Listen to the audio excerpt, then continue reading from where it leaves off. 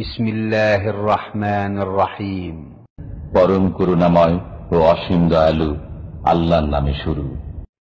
ومن أحسن قولا ممن دعا إلى الله وعمل صالحا وقال إنني من المسلمين।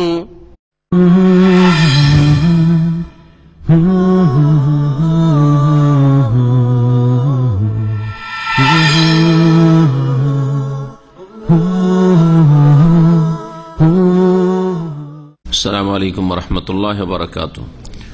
بسم الله الرحمن الرحيم. الحمد لله رب العالمين والصلاة والسلام على سيد المرسلين نبينا محمد وعلى آله وصحبه أجمعين. أما بعد فأعوذ بالله من الشيطان الرجيم. والذين جاءوا من بعدهم يقولون ربنا اغفر لنا ولإخواننا الذين سبقونا بالإيمان ولا تجعل في قلوبنا غلا للذين آمنوا ربنا إنك رؤوف رحيم.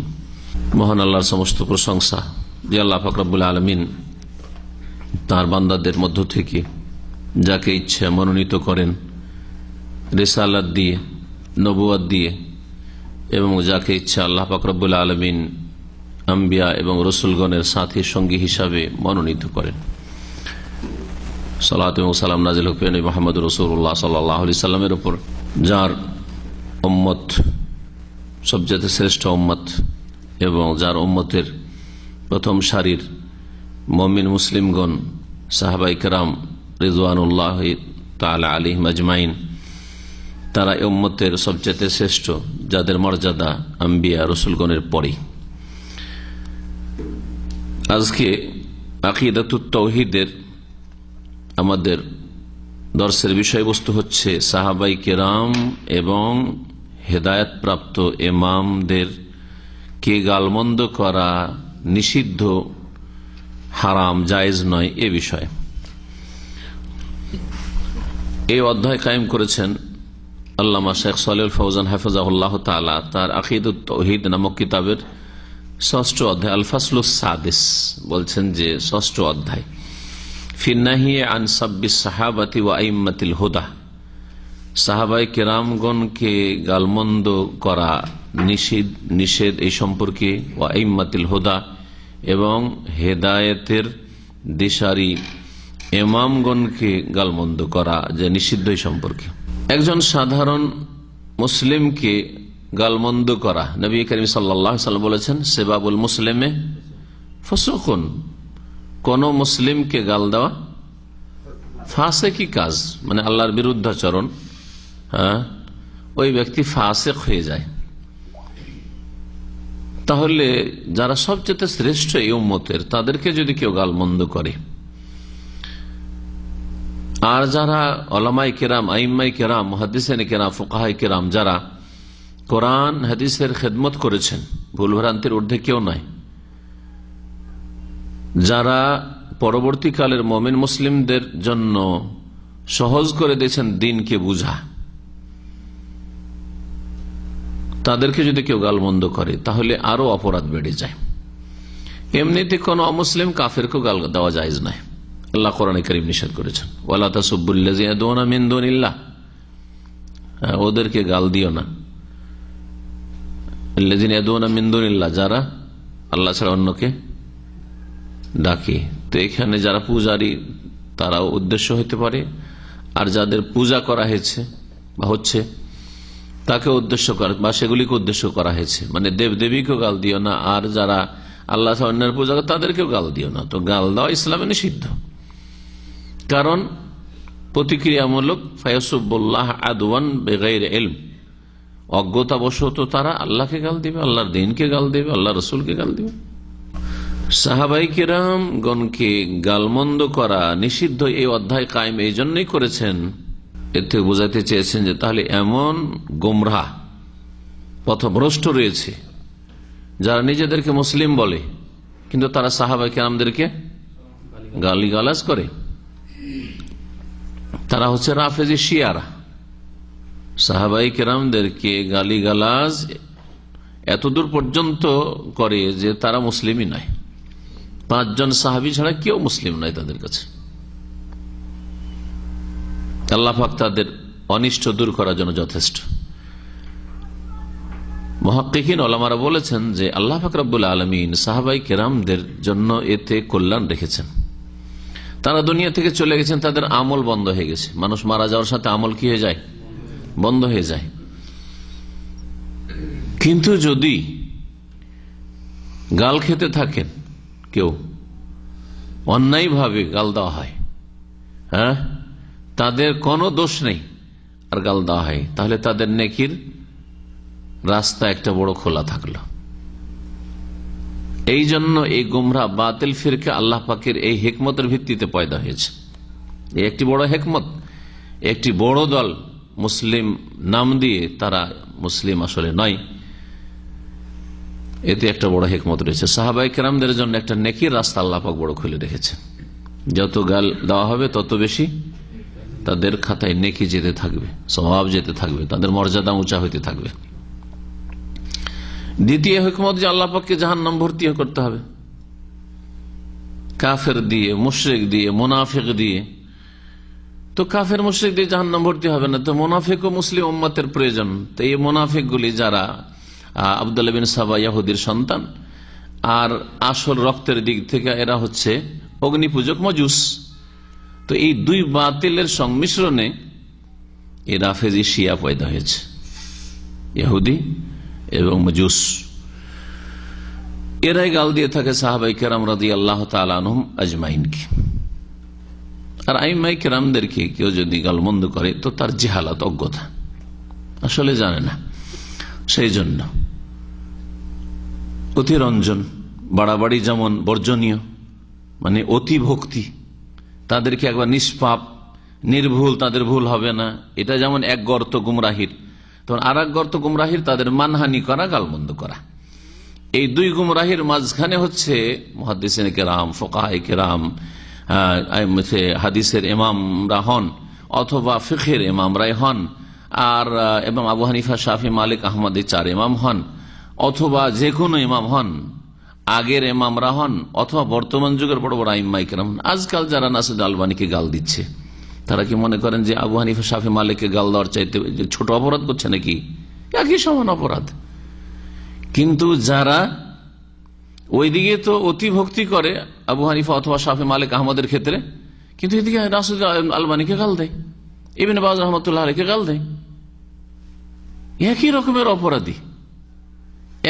আর দুই অপরাধে জড়িত, একদিকে গলু, অতিরঞ্জন, বাড়াবাড়ির অপরাধে জড়িত, আর একদিকে মানহানি, হ্যাঁ, মনের উল্টো যেসব আইম্মায়ে কেরাম তাদের মানহানির অপরাধে জড়িত। দুই রকমের পাপ তাদের খাতায় যাচ্ছে। আর আহলে সুন্নাতুল জামাত, কোরআন সুন্নাহ অনুসারীরা, আহলুল হাদিস, যদি সত্যিকার অর্থে আহলুল হাদিস হয়, তাহলে কারো মানহানিও করে না, আর কারো অতি ভক্তি করে শিরক বিদআতে লিপ্ত হয় না। ভুলের ঊর্ধ্ব তাদেরকে মনে করেন না। ইজতিহাদ, মেহনত করেছেন যথাসাধ্য, তারা ভুল হয়ে যেতে পারে। ভুলের ঊর্ধ্বে একমাত্র আম্বিয়া রসুলগণ, যাদের সতর্ক সাবধান করার জন্য সাথে সাথে ওহী নেমে এসেছে। যেমন ভুলের ঊর্ধ্বে মনে করেন না, যেটা অতিরঞ্জন, বাড়াবাড়ি, গুমরাহি, তেমনি তাদের কোন রকম মানহানি করেন না। সমস্ত আইম্মায়ে কেরামগণকে একই নজরে, শ্রদ্ধা, ইহতিরামের নজরে দেখেন। আবার পার্থক্য করে নাই যে একজনকে চাঁদে উঠিয়ে দিলাম আর আরেকজনকে মাটিতে নামিয়ে দিলাম, আরেকজনকে মাটির তলায় পুঁতে দিলাম, এইরকম নাই। এই শ্রেণীর লোকেরা সকলে গুমরাহ। যে ইমামের ভক্ত অথবা মুকাল্লিদ, তাকে তো দিল চাঁদে উঠিয়ে দিল, আর যে ইমামের ভক্ত নেই, সে ইমামের সামান্যতম, তার কথা তাদের কাছে কোনো মূল্য নেই, এই আর একটা গুমরাহি। এইসব গুমরাহিতে যারা অন্ধ অনুকরণ করে থাকে, যারা গোঁড়ামি করে থাকে, ব্যক্তির অথবা দলের অথবা মাযহাবের, তারাই লিপ্ত। আলহামদুলিল্লাহ, কোরআন সুন্নাহ অনুসারীরা এগুলি থেকে মুক্ত। এখন আসুন শেখ কি বলতে চেয়েছেন। প্রথম আলোচনা করেছেন সাহাবায়ে কেরামদের গালমন্দ করার বিষয়টি, আর তারপরে আইম্মায়ে কেরামদের, এই উম্মতের যে উলামায়ে কেরামরা যে কোনো যুগেরই হন না কেন, তাবেঈনদের যুগ থেকে শুরু করে কিয়ামত পর্যন্ত যারা এসেছেন আর আছেন অথবা আসবেন, কেউ যদি কাউকে গাল দেয় তাহলে অপরাধের কাজ করল। কিন্তু উলামা হইতে হবে হক, কোরআন সুন্নাহর আলেম হইতে হবে, কোরআন সুন্নাহর আলেম হইতে হবে। বিদআতি আলেম না হয়, যার দুনিয়ার স্বার্থ থাক আর না থাক, বেদাতের পৃষ্ঠপোষকতা করা স্বার্থ। আর আরেক দল আছে পেট পূজারী আলেম। আমি আলেমদেরকে 3 ভাগে ভাগ করি, 3-এর 4 পাবেন না, 3-এর কম পাবেন না। পেট যেখানে আছে, পয়সা যেখানে আছে, স্বার্থ যেখানে আছে, সেখানে আছে দিন ধর্মকে বিক্রি করে দিতে পারবে, তার জন্য আইম্মাতুল বাতন, পেটের আলেম, উলামাউল বাতন, পেটের আলেম ওরা। আর আরেক হচ্ছে আইম্মাতুল দলাল, হ্যাঁ, আইম্মাতুল বিদা, শিরক বিদাতের আলেম। আরেক হচ্ছে আইম্মাতুল হক, যারা রব্বানি কোরআন সুন্নাহর আলেম। সাহাবাই কেরামদেরকে গাওয়াল দেওয়া নিষেধ। বলছেন যে মিন উসুল আহলি সুন্নাত ওয়াল জামা, আহলি সুন্নাত ওয়াল জামাতের মূল নীতিমালা হচ্ছে সালামাতু কুলুবিহিম, তাদের অন্তরের পরিশুদ্ধতা, অন্তর পাক পবিত্র তাদের, ওয়া আলসানাতুহুম, এবং তাদের জবানও পাক পবিত্র। রাসূলুল্লাহ সাল্লাল্লাহু আলাইহি ওয়াসাল্লামের সাহাবায়ে কেরামদের ক্ষেত্রে আসহাবে রাসূলুল্লাহ সাল্লাল্লাহু আলাইহি ওয়াসাল্লাম কামা ওয়াসাফাহুমুল্লাহ বিযা, যেমন আল্লাহ পাক তাদের গুণাবলী বর্ণনা করেছেন ফি কওলি তাআলা, মহান আল্লাহর এই বাণীতে সূরা হাশর আয়াত নম্বর 10। আল্লাহ পাক দোয়া শিখিয়ে দিয়েছেন। এই দোয়া সমস্ত মুমিন মুমিনাতকে শামিল, আর যারা বিশিষ্ট উলামায়ে কেরাম, আইম্মায়ে কেরাম, হ্যাঁ, মুহাদ্দিসিন, ফুকাহা, সকলকে শামিল। তাবেঈনদের যুগ থেকে শুরু করে বা তার আগে সাহাবায়ে কেরাম, এমনকি সাহাবায়ে কেরামও শামিল, এমনকি আদম আলাইহিস সালাম থেকে শুরু করে যত মুমিন মুমিনাত আগের উম্মতে ছিল তারাও শামিল। আল্লাহ পাক কি বলছেন, ওয়াল্লাযিনা জাউ মিন বাদিহিম, আর যারা এসেছে তাদের পরে, তাদের পরে সাহাবায়ে কেরামদের পরে, জি, মুহাজির আনসারদের কথা তার আগে আল্লাহ পাক উল্লেখ করেছেন, হ্যাঁ, 8-9 নম্বর আয়াতগুলোতে। মুহাজিরিন লিল ফুকারাইল মুহাজিরিন আল্লাযিনা উখরিজু মিন দিয়ারিহিম ওয়া আমওয়ালিহিম ইয়াবতাগুনা ফাদলাম মিনাল্লাহি ওয়া রিদওয়ানা ওয়া ইয়ানসুরুনা আল্লাহ ওয়া রাসূলাহু উলাইকা হুমুস সাদিকুন, মুহাজিরিনদের কথা। তারপরে আনসারদের কথা বলছেন, ওয়াল্লাযিনা তাবাওয়াউদ দারা ওয়াল ঈমানা মিন ক্বাবলি ইউহিব্বুনা মান হাজারা ইলাইহিম ওয়া লা ইয়াজিদুনা ফি সুদুরিহিম হাজাতাম মিম্মা উতু ওয়া ইউসিরুনা আলা আনফুসিহিম ওয়ালাউ কানা বিহিম খাসাসা ওয়া মান ইউকা শুহা নাফসিহি ফাউলাইকা হুমুল মুফলিহুন ওয়াল্লাযিনা জাউ মিন বাদিহিম। তাহলে মুহাজিরিন আনসারদের কথা বলার পরে সাহাবায়ে কেরাম রাদিয়াল্লাহু আনহুম, হয় মুহাজির না হয় আনসার, হ্যাঁ, তাদের কথা বলার পর তাদের পরে যারা এসেছেন, ইয়াকুলুনা, তারা বলেন, রব্বানা, হে আমাদের প্রতিপালক, ইগফির লানা, আমাদেরকে ক্ষমা করে দেন, ওয়াল ইখওয়ানিনা, আমাদের ভাইদেরকেও ক্ষমা করে দেন, আল্লাযিনা সাবাকুনা বিল ঈমান, যারা ঈমানের সাথে আমাদের পূর্বে চলে গেছেন, ওয়ালা তাজাল ফি কুলুবিনা গিল্লাল লিল্লাযিনা আমানু, আর আমাদের হৃদয়ে মুমিনদের ক্ষেত্রে, মুমিনদের সম্পর্কে কোন রকমের বিদ্বেষ বা শত্রুতা রাখিয়েন না, ওয়ালা তাজাল করে দিয়েন না, সৃষ্টি করে দিয়েন না, আমাদের অন্তরে যাতে করে কোন রকমের মুমিনদের ক্ষেত্রে বিদ্বেষ শত্রুতা তৈরি না হয়ে যায়। রব্বানা, হে আমাদের প্রতিপালক, ইন্নাকা রাউফুর রহিম, নিঃসন্দেহে তুমি বড়ই স্নেহশীল আর অতি দয়াবান। তো আল্লাহর কাছে এখানে দোয়া করা হয়েছে কিসের? মাগফিরাতের, যারা আগে চলে গেছেন ইমানের অবস্থায়। আর সবচেয়ে ভালো ইমানের অবস্থায় গিয়েছেন আম্বিয়া রাসূলগণের পরে সাহাবায়ে কেরাম, তারপরে তাবেঈন, তারপরে তাবা তাবেঈন, স্বর্ণযুগের লোকেরা। আর দ্বিতীয় দোয়া হচ্ছে যে আমাদের অন্তরে যেন বিদ্বেষ না থাকে। তাহলে দুটো দোয়া এতে রয়েছে, ক্ষমাও চাইলেন আর নিজের অন্তরকে সাফ রাখার জন্য আল্লাহর কাছে দোয়া চাইলেন, আল্লাহ আমাদের অন্তরটাকে সাফ রাখার তৌফিক দাও। ওয়া তাআতুন লিরাসূলিল্লাহ ফি কওলিহি, এবং সাহাবাই কিরামদের সম্পর্কে জবানের হেফাজত, সুরক্ষা করা, রাসূলুল্লাহ সাল্লাল্লাহু আলাইহি ওয়াসাল্লামের আনুগত্য, নবী সাল্লাল্লাহু আলাইহি ওয়াসাল্লামের এই বাণীর আনুগত্য করা, এই বাণী মেনে চলা। কি বলেছেন তিনি? লা তাসুব্বু আসহাবি, আমার সাহাবীগণকে, সাথী সঙ্গীদেরকে তোমরা গালমন্দ করিও না। ফাওয়াল্লাযী নাফসি বিয়াদিহি, আল্লাহ শপথ করে বলি যার হাতে আমার প্রাণ রয়েছে, লাউ আনফাকা আহাদুকুম মিসলা উহুদিন যাহাবা, তোমাদের কেউ যদি উহুদ পাহাড়ের সমান স্বর্ণ ব্যয় করে আল্লাহর রাস্তায়, সাদকা খেরাত করে, মা বালাগা মুদ্দা আহাদিহিম ওয়ালা নাসিফা, তারপরও সে সাহাবায়ে কেরামদের এক মুদ অথবা অর্ধেক মুদের নেকি পর্যন্ত পৌঁছিতে পারবে না। উহুদ পাহাড়ের সমান স্বর্ণ খরচ করে, এক মুদ আনুমানিক 600 গ্রাম, অর্ধেক মুদ 300 গ্রাম। সাহাবায়ে কেরাম যদি 300 থেকে 600 গ্রাম খরচ করে থাকেন, আর কেউ পাহাড়ের সমান স্বর্ণ যদি খরচ করে, তারপরের যুগে তাবেঈনদের যুগ থেকেই এমনকি সম্বোধন করেছেন যেসব সাহাবায়ে কেরামদেরকে, তারা সিনিয়র সাহাবায়ে কেরামের পরেও তারাও সাহাবী, আহাদুকুম তোমাদের কেউ, সেই যুগে তাবেঈন ছিল নবী সাল্লাল্লাহু আলাইহি ওয়াসাল্লাম যে তাবেঈনকে সম্বোধন করেছে। তাহলে বোঝা যাচ্ছে যে যারা পরবর্তীকালে অল্প সময় পেয়েছে রাসূলুল্লাহ সাল্লাল্লাহু আলাইহি ওয়াসাল্লামের সাথে সাথী সঙ্গী হিসাবে, তাদের চাইতে অনেক বেশি মর্যাদা যারা বেশি সময় পেয়েছেন। ওয়াতাবাররাউনা মিন তারিকাতির রাওয়াফিজ ওয়াল খাওয়ারিজ, আর আহলে সুন্নাত ওয়াল জামাতরা সম্পর্ক ছিন্ন করে রাফেজিদের আর খারেজিদের আদর্শ থেকে। রাফেজি আর খারেজি এই দুটো দল গালিগালাজ করে সাহাবায়ে কেরামকে। রাফেজিরা গালিগালাজ করে 5 জন সাহাবী ছাড়া সমস্তকে কাফের মনে করে এদেরকে, আর লানত করা, তাদেরকে তাগুত বলা, জিপ্ত বলা, শয়তান বলা, ফিতনার মূল বলা। খোমেনি নিজে বলেছে যে এই মুসলিম জাতিতে ফিতনার মূল হচ্ছে আবু বকর উমর। এটা খোমেনির বই, লিখা বই আল হুকুমাতুল ইসলামিয়া, ইসলামী গভর্নমেন্ট বলে এই কিতাব। জি, শুধু তাদের ফার্সি ভাষায় নয়, ফার্সি ভাষায় লেখা হয়েছে, বিভিন্ন ভাষায় অনুবাদ হয়েছে, এই বই রয়েছে। এই নামের অভিশপ্ত, যাকে এখানে মৃত্যুদণ্ড দেওয়া হয়েছে, এর বক্তব্য আছে, যারা আরবি বুঝেন ইউটিউবে আছে, বলছে যে আবু বকর উমর জান্নাতে যাবে আর নবীর বাপ মা জান্নাতে যাবে না। এটা কি কোন ধর্ম এটা হইতে পারে? মানে আবু বকর উমর জান্নাতে যাবে না, নবীর বাপ মা কুফরের অবস্থায় থাকলে জান্নাতে যাবে। এটা তো তার একটা অপরাধ বললাম, আর এছাড়া বহু গালিগালাজ রয়েছে সাহাবায়ে কেরাম সম্পর্কে তার ভাষায়। খারেজিরা যখন বেরোলো আলী রাদিয়াল্লাহু তাআলা আনহুর বিরুদ্ধে এবং তার অনুসারী সাহাবায়ে কেরামদের বিরুদ্ধে, তখন সমস্ত সাহাবায়ে কেরামকে যারা তাদের দলে নেই আর আলীর রক্তকে হালাল মনে করে না, আলী, মুআবিয়া, আমর ইবনে আস এদের রক্ত হালাল, এদেরকে হত্যা করা ফরজ, এতে যারা একমত নাই তারা সকলে তাদের কাছে কাফের। এই দুটো বিদাতি পথভ্রষ্ট গুমরাহ দল ইসলামের ইতিহাসে রাসূলুল্লাহ সাল্লাল্লাহু আলাইহি ওয়াসাল্লামের পরে সাহাবায়ে কেরামদের জামানায় বেরিয়েছে।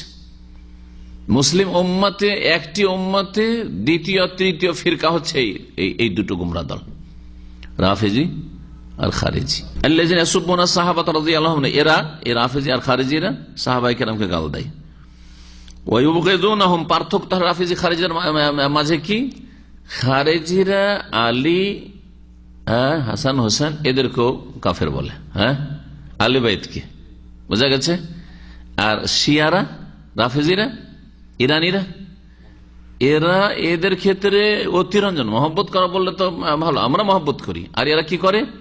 গোলু, এত অতিরঞ্জন করে যে নবীর বংশে আহলে বাইত, আলী, হাসান, হোসেন, ফাতেমা, এদের মধ্যে খোদাই শক্তি রয়েছে, এরা খোদা। গত 3 দিন আগে এইরকমের রাফেজির বক্তব্য শুনলাম, ইউটিউব বলছে যে আমাদের তৌহিদ হচ্ছে যে ইয়া ফাতেমা আগিসি, হে ফাতেমা আমার সাহায্য করো, আমাকে রক্ষা করো, এটা হচ্ছে তৌহিদ ইসলাম। রাফেজিরা আহলে বাইত সম্পর্কে গোলু অতিরঞ্জন করে শিরকে লিপ্ত হয়েছে, বড় শিরক কুফরি করেছে। আর খারেজিরা মুসলিম সবচেয়ে শ্রেষ্ঠ মুসলিমদেরকে ঢালাহারে কাফের বলে, এমনকি সেই যুগের সবচেয়ে শ্রেষ্ঠ আলী রাদিয়াল্লাহু তাআলা আনহু জামানে তার উসমান বেঁচে ছিলেন না, তাই না? তাহলে আলী সবচেয়ে শ্রেষ্ঠ ওই যুগের, তাকে সবচেয়ে বড় কাফের বলতে খারেজিরা। এবং ইবনে মুলজাম খারেজি এই জন্য ফজরের নামাজের সময় প্রস্তুত হয়েছিল যে আলী মসজিদে আসলে আমি খুন করবো, আর খুন করেছিল। আর এই খুন করার মাধ্যমে বলে আমি জান্নাত দেখতে পাচ্ছি, জান্নাত লাভ করবো, এই জন্য আমি খুন করেছি। আর সাহাবায়ে কেরামদের সাথে এরা শত্রুতা রাখে। ওয়াজহাদুনা ফাযাইলহুম, এদের ফজিলত আর মর্যাদাকে তারা অস্বীকার করে। ওয়াকাফিরুনা আকসারহুম, আর তাদের অধিকাংশকেই কাফের বলে। আহলুস সুন্নাতে, আহলুস সুন্নাত ওয়াল জামাত কি করে? ইয়াকবালুনা মা জা ফিল কিতাব ওয়াস সুন্নাহ মিন ফাযাইলিহিম, কোরআন এবং হাদিসে যেই ফজিলতগুলি সাহাবায়ে কেরামদের এসেছে সেগুলিকে সাদরে গ্রহণ করে। ওয়ায়াতাকিদুনা, আর তারা বিশ্বাস করে আন্নাহুম খায়রুল কুরুন, যে সাহাবায়ে কেরামরা হচ্ছে সবচাইতে শ্রেষ্ঠ যুগের মানুষ, স্বর্ণ যুগের মানুষ। কামা কালান নবী সাল্লাল্লাহু আলাইহি ওয়াসাল্লাম, নবী সাল্লাল্লাহু আলাইহি ওয়াসাল্লাম বলেছেন খায়রুল কুরুনি কারনি বা খায়রুকুম কারনি সুম্মা আল্লাযীনা ইয়ালুনহুম সুম্মা আল্লাযীনা ইয়ালুনহুম, সবচেয়ে শ্রেষ্ঠ হচ্ছে আমার যুগের লোকেরা অর্থাৎ সাহাবায়ে কেরামরা, তারপরে যুগের লোকেরা, তারপরে যুগের লোক অর্থাৎ তাবেঈন, তাবা তাবেঈন, তিনটি যুগের কথা বলেছেন। ওয়ালাম্মা যাকারা সাল্লাল্লাহু আলাইহি ওয়াসাল্লাম ইফতারাকাল উম্মাত ইলা 73 ফিরকা, যখন নবী করিম সাল্লাল্লাহু আলাইহি ওয়াসাল্লাম উম্মত যে 73 দলে বিভক্ত হবে কথা উল্লেখ করেছিলেন, ওয়া আন্নাহা ফিন্নার, আর 73-এর সবগুলি জাহান্নামে যাবে, ইল্লা ওয়াহিদা, একটি দল ছাড়া। সাহাবীরা তখন জিজ্ঞেস করেছিলেন, কি জিজ্ঞেস করেছিলেন? ওয়াসালু আন তিলকার ওয়াহিদা, যে মান হিয়া ইয়া রাসূলুল্লাহ, ওই একটি জামাত, একটি দল যেটি জান্নাতে যাবে সেটি কোনটি? তখন নবী সাল্লাল্লাহু আলাইহি ওয়াসাল্লাম কি বলেছিলেন? ক্বালা হুম মান কানা আলা মিসলি মা আনা আলাইহিল ইয়াউম ওয়া আসহাবি, তাদের হাক্কানিয়াত আর তাদের সঠিক পথের ওপর অটলতার পরিচয় হচ্ছে যে নবীর আদর্শে এবং নবীর সাহাবীদের আদর্শের উপর যারা প্রতিষ্ঠিত থাকবে। তাহলে কি বোঝা গেল? যে নাজাত প্রাপ্ত, মুক্তিপ্রাপ্ত, সাহায্যপ্রাপ্ত দলের যদি লক্ষণ নবী সাল্লাল্লাহু আলাইহি ওয়াসাল্লাম বলেন যে যারা আমার এবং আমার সাহাবীগণের আদর্শের উপর কায়েম থাকবে, তাহলে বোঝা গেল যে সাহাবীগণ নিঃসন্দেহে কিসের উপর আছেন? হেদায়েত, জান্নাতের পথে আছেন, সিরাতে মুস্তাকিমে আছেন। কারণ তাদেরকে আদর্শ হিসাবে পেশ করছেন জান্নাতি দলটিকে চেনার জন্য, যে তাদের পথের পথিক যদি হইতে পারে তাহলে জান্নাতি, আর সাহাবায়ে কেরামদের পথ থেকে যদি ডানে বামে সরে যায় তাহলে সেগুলি হচ্ছে ফিরকা, সেগুলি জান্নাতে যাবে না, জাহান্নামে যাবে। এই হাদিসের ক্ষেত্রে মনে রাখবেন, অল্প পড়া মানুষরা এই হাদিসটা পেশ করে জাহান্নামে চিরকালের জন্য পাঠিয়ে দেয় না। এই হাদিসে কথা বলা হয়নি যে খালেদিনা চিরকাল থাকবে। 73টি যে দল রয়েছে গুমরাহ দলগুলি, এগুলি জাহান্নামে যাবে, সবগুলি চিরকাল থাকবে না। কিছু চিরকাল থাকবে, কিছু দীর্ঘকাল থাকবে, কিছু কিছু কাল থাকবে, আর কিছু এমন আছে যে কবর আযাব টাযাব, সেটাও জাহান্নামের শাস্তি হতে পারে। এটা আপনি হাদিসকে বুঝার চেষ্টা করবেন ওইভাবে যেইভাবে সালাফে সালেহরা বুঝেছেন, আর একটু গভীরভাবে বোঝার চেষ্টা করবেন। কারণ আমার দেশের মানুষরা এমনকি মাদ্রাসা পড়ারা মোটা খায় মোটা বুঝে, হাদিস পড়ে দিয়ে একবারে জাহান্নামে ঢুকিয়ে দেয়, চিরকালে জাহান্নামে, চিরকালে জাহান্নামে বলবেন না। নবী সাল্লাল্লাহু আলাইহি ওয়াসাল্লাম চিরকালে জাহান্নামে বলেননি, তো আপনি যদি নিজের তরফ থেকে এমন কথা বলেন যেটা নবী অতদূর পর্যন্ত বলেননি, তাহলে আপনাকে জবাব দিতে হবে কাল কিয়ামতে যে এই কথা বলার অধিকারটা তোমাকে কে দিয়েছে? যে কোনোদিন জান্নাত পাবে না, কোনোদিন জান্নাত পাবে না, এই কথা বলবেন না। তাহলে যেগুলো আর 72টা ফিরকা রয়েছে ওগুলো বিভিন্ন রকমের হবে। যারা বড় রকমের শিরক করে মারা গেছে তারা চিরকাল জাহান্নামে থাকবে, বড় রকমের শিরক করেনি কিন্তু বিদআত করে মারা গেছে তো চিরকাল জাহান্নামে থাকবে। ওগুলো ফিরকা নয়, অবশ্যই ফিরকা, কিন্তু চিরকাল জাহান্নামে থাকবে না, দীর্ঘকাল থাকবে, কিছু কাল থাকবে, মেলা রকম ফিরকা আছে। কি বলেছেন নবী সাল্লাল্লাহু আলাইহি ওয়াসাল্লাম? কালা, ওই একটি দল যে জান্নাতে যাবে সেই দলটি কারা বা কে, কোন দল? বললেন হুম, ওরা হচ্ছে মান কানা আলা মিসলে মা আনা আলাইহিল ইয়াউম ওয়া আসহাবি, যারা হবে কানা আলা ওই আদর্শের ওপর, মিসলা মা আনা আলাইহিল ইয়াউম, যার ওপর আমি রয়েছি তার মতো, যে আদর্শের উপর আমি রয়েছি সেই আদর্শের মতো যদি তাদের আদর্শ হয়, ও আসহাবি এবং আমার সাহাবীগণের আদর্শের মতো যদি আদর্শ হয়, তাহলে ওরা কি হবে? জান্নাতি দল হবে, ওই একটি দল যেটি জান্নাতি। কাল আবু যুরা, ইমাম আবু যুরা রাহমাতুল্লাহ আলাইহি বলছেন, আবু যুরা রাজি ওহু আজাল্লু শুয়ুখিল ইমাম মুসলিম, ইমাম মুসলিমের বড় বড় যে শাইখেরা ছিলেন তার মধ্যে সবচেয়ে বড় ওস্তাদ ছিলেন আবু যুরা। তিনি বলছেন যে কোন ব্যক্তিকে যদি দেখো ইয়াতানাক্কাসু ইমরাআম মিনাস সাহাবা, কোন সাহাবীর, সাহাবায়ে কেরামদের কোন ব্যক্তির, ইমরান মানে কোন মানুষ, কোন ব্যক্তি, সাহাবায়ে কেরামদের কোন ব্যক্তির, কোন সাহাবীর যদি মানহানি করে, নাকাসা থেকে তানাক্কাসা মানে নিচে নামিয়ে দাও, মানহানি করা, তাহলে জেনে রাখো যে আন্নাহু জিন্দিক, সে হচ্ছে বিধর্মী, সে হচ্ছে বেদিন। তাহলে যারা সাহাবায়ে কেরামদেরকে গালমন্দ করে এরা কি? জিন্দিক। জিন্দিক বিধর্মী কেন? কারণ ধর্মের দুশ্মন, দিনের দুশ্মন। কোন দিক থেকে? ভালো করে শোনেন যুক্তিটা। ওয়াজালিকা, এটা এই জন্যই তিনি বলছেন আন্নাল কোরআন হাক্কুন, কোরআন হচ্ছে সত্য। কোরআন বহন করেছে কে? রাসূলুল্লাহ সাল্লাল্লাহু আলাইহি ওয়াসাল্লাম ইন্তেকাল করলেন, তারপরে বহন করে আমাদের পর্যন্ত কে পৌঁছালেন? সাহাবীরা। তো যদি সাহাবীরাকে কাফের বলেন তো কাফেররা কোরআন বহন করে আমাদের কাছে পৌঁছেছে, তাহলে তো বিশ্বাসযোগ্যই নয়, ঠিক কিনা? তাহলে তো ধর্মকে কেন সে বাতিল করে দিলেন আপনি? হাদিস আমাদের কাছে বহন করে নবী সাল্লাল্লাহু আলাইহি ওয়াসাল্লাম থেকে শুনে শুনে মুখস্থ রেখে কে পৌঁছেছে? হ্যাঁ, সাহাবায়ে কেরামগণ প্রথম সারি। তাহলে সাহাবায়ে কেরামকে যদি রাফিজি শিয়ারা কাফের বলে, তাহলে তো হাদিস যাদের মাধ্যমে তারাই তো মুসলিম না, বা তারাই অসৎ। তাহলে কি করে বিশ্বাস করা যায়? ধর্ম বাতিল। তাহলে কত বড় শত্রু, তাহলে বেদিন কিনা জিন্দিক কিনা চিন্তা করেন। যে কোরআন হচ্ছে সত্য, ও রাসূল হাক্কুন, রাসূল হচ্ছেন সত্য, ওমা জাআ বিহি হাক্কুন, আর তিনি জানিয়ে এসেছেন তা হচ্ছে সত্য, মানে যা হাদিস তাও সত্য। ওমা আদ্দা ইলাইনা যালিকা কুল্লাহু ইল্লা সাহাবা, আর এই সব কথাগুলি রাসূলের কথা, হাদিস এবং রাসূলুল্লাহ সাল্লাল্লাহু আলাইহি ওয়াসাল্লাম জীবনী আর কোরআন কি আমাদের কাছে পৌঁছে দিয়েছেন। আদ্দা মানে পৌঁছে দাও, আমাদের কাছে তা পৌঁছাননি এই সবগুলি ইল্লা সাহাবা, একমাত্র সাহাবায়ে কেরাম ছাড়া অন্য কেউ। সাহাবায়ে কেরাম ছাড়া আর কেউ তো সোর্স নেই আমাদের কাছে পৌঁছাবার। এই কথা কেউ বলতে পারে সাহাবী ছাড়া আর কারো মাধ্যমে আমাদের কাছে কোরআন হাদিস পৌঁছেছে। ফামান জারাহাহুম, সুতরাং যারা সাহাবায়ে কেরামদের সমালোচনা করে বা তাদের উপর আপত্তি তুলে, ইন্নামা তাদের উদ্দেশ্য হচ্ছে অসৎ, বেদিনদের উদ্দেশ্য।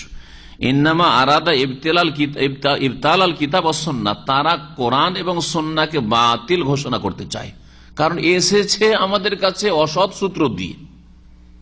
রাফিজি শিয়াদের ভাষায় কোরআন হাদিস এসেছে অসৎ লোকের সূত্র দিয়ে, তাহলে কি করে বিশ্বাস করা যায়? ধর্ম বাতিল তাদের কাছে। ফায়াকুনুল জারহু বিহি আলিয়াকা, সুতরাং যখন এই কথাটি বাতিল, দিন বাতিল নয় এবং যাদের মাধ্যমে এসেছেন তারা অসৎ নন, তাহলে বোঝা গেল যে এই দোষ ত্রুটি ফিরে যায় কার দিকে? যারা এই আপত্তি তুলেছে, অর্থাৎ এই রাফেজি শিয়াদের উপর, যারা বলছে সাহাবায়ে কেরামরা ভালো না, অসৎ, সব কাফের হয়ে গেছিল। ফায়াকুনুল জারহু বিহি, যেই ব্যক্তি এই সমালোচনা করে তার জন্যই হচ্ছে এই দোষ ত্রুটিগুলি অধিক উপযুক্ত, মানে এই দোষ ত্রুটিগুলি ওদের উপযোগী, ওদের মধ্যে রয়েছে। ওয়াল হুকমু আলাইহি বিজান্দাকাতি ওয়াদ দালাল আকওয়ামু আহাক্কু, আর তাদের ওপর বিধর্মিতা এবং গুমরাহির বিধান প্রযোজ্য করা বা লাগানো হচ্ছে আকওয়াম, অধিক সুষ্ঠু, ও আহাক্ক এবং অধিক সত্য। তারাই হচ্ছে বিধর্মী, তারাই হচ্ছে গুমরাহ। গুমরাহ সাহাবায়ে কেরাম না, যাদের মাধ্যমে দিন আসলো, আর দিনের হেফাজতের আবার আল্লাহ দায়িত্ব নিয়েছেন, আর দিনটা পৌঁছিল সাহাবায়ে কেরামের মাধ্যমে। তো কোরআনের কথা কি অসত্য নাকি? ইন্না নাহনু নাযালনা যিকরা ওয়া ইন্না লাহু লাহাফিজুন, আমি জিকির মানে হচ্ছে কোরআন হাদিস দুটোই আমি নাজিল করেছি, আর নিঃসন্দেহে আমি তার হেফাজত করব। কোরআন এবং হাদিস, কোরআন একত্রিত করলেন সাহাবায়ে কেরামগণ। আবু বকর রাদিয়াল্লাহু আনহু জামানায় কোরআন একত্রিত হলো, আর তারপরে মুসহাফ কপি তৈরি করা উসমান রাদিয়াল্লাহু আনহু জামানায়, হ্যাঁ, তার 5টি শহরে পাঠানো হলো এক একটা করে মুসহাফে উসমানী, সবগুলি সাহাবায়ে কেরামের জামানায়। হাদিসে রাসূল ছড়িয়ে ছিটিয়ে ছিল, তারপরে তাবেঈনদের জামানায় ধীরে ধীরে লেখা শুরু হলো। কিন্তু সাহাবায়ে কেরামদের জামানায় ব্যক্তি পর্যায়ে কিছু কিছু করে সাহাবারা নিজেরা লিখে রাখতেন। যেমন আবু হুরায়রা লিখতেন না, কিন্তু আব্দুল্লাহ বিন উমর বা আব্দুল্লাহ বিন আমর তিনি লিখতেন, যেমন হাদিসে রয়েছে ফাইন্না কানা ইয়াকতু ওয়া আনা লা আক্তু।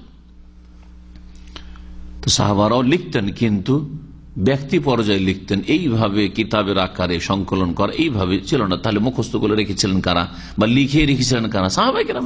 ক্বাল আল্লামা ইবনে হামদান ফি নিহায়াতুল মুবতাদিন, নিহায়াতুল মুবতাদিন নামক কিতাবে আল্লামা ইবনে হামদান একজন আলেম, তিনি বলছেন মান সাব্বা আহাদা মিনাস সাহাবাতি মুস্তাহিল্লান কাফারা, কেউ যদি কোন সাহাবীকে গালি দেয়, হ্যাঁ, হালাল মনে করে, যে সাহাবীকে গাল দেওয়া কি হালাল ধর্ম, যেমন শিয়াদের ধর্ম হচ্ছে সাহাবীকে গাল দেওয়া, এটা হালাল।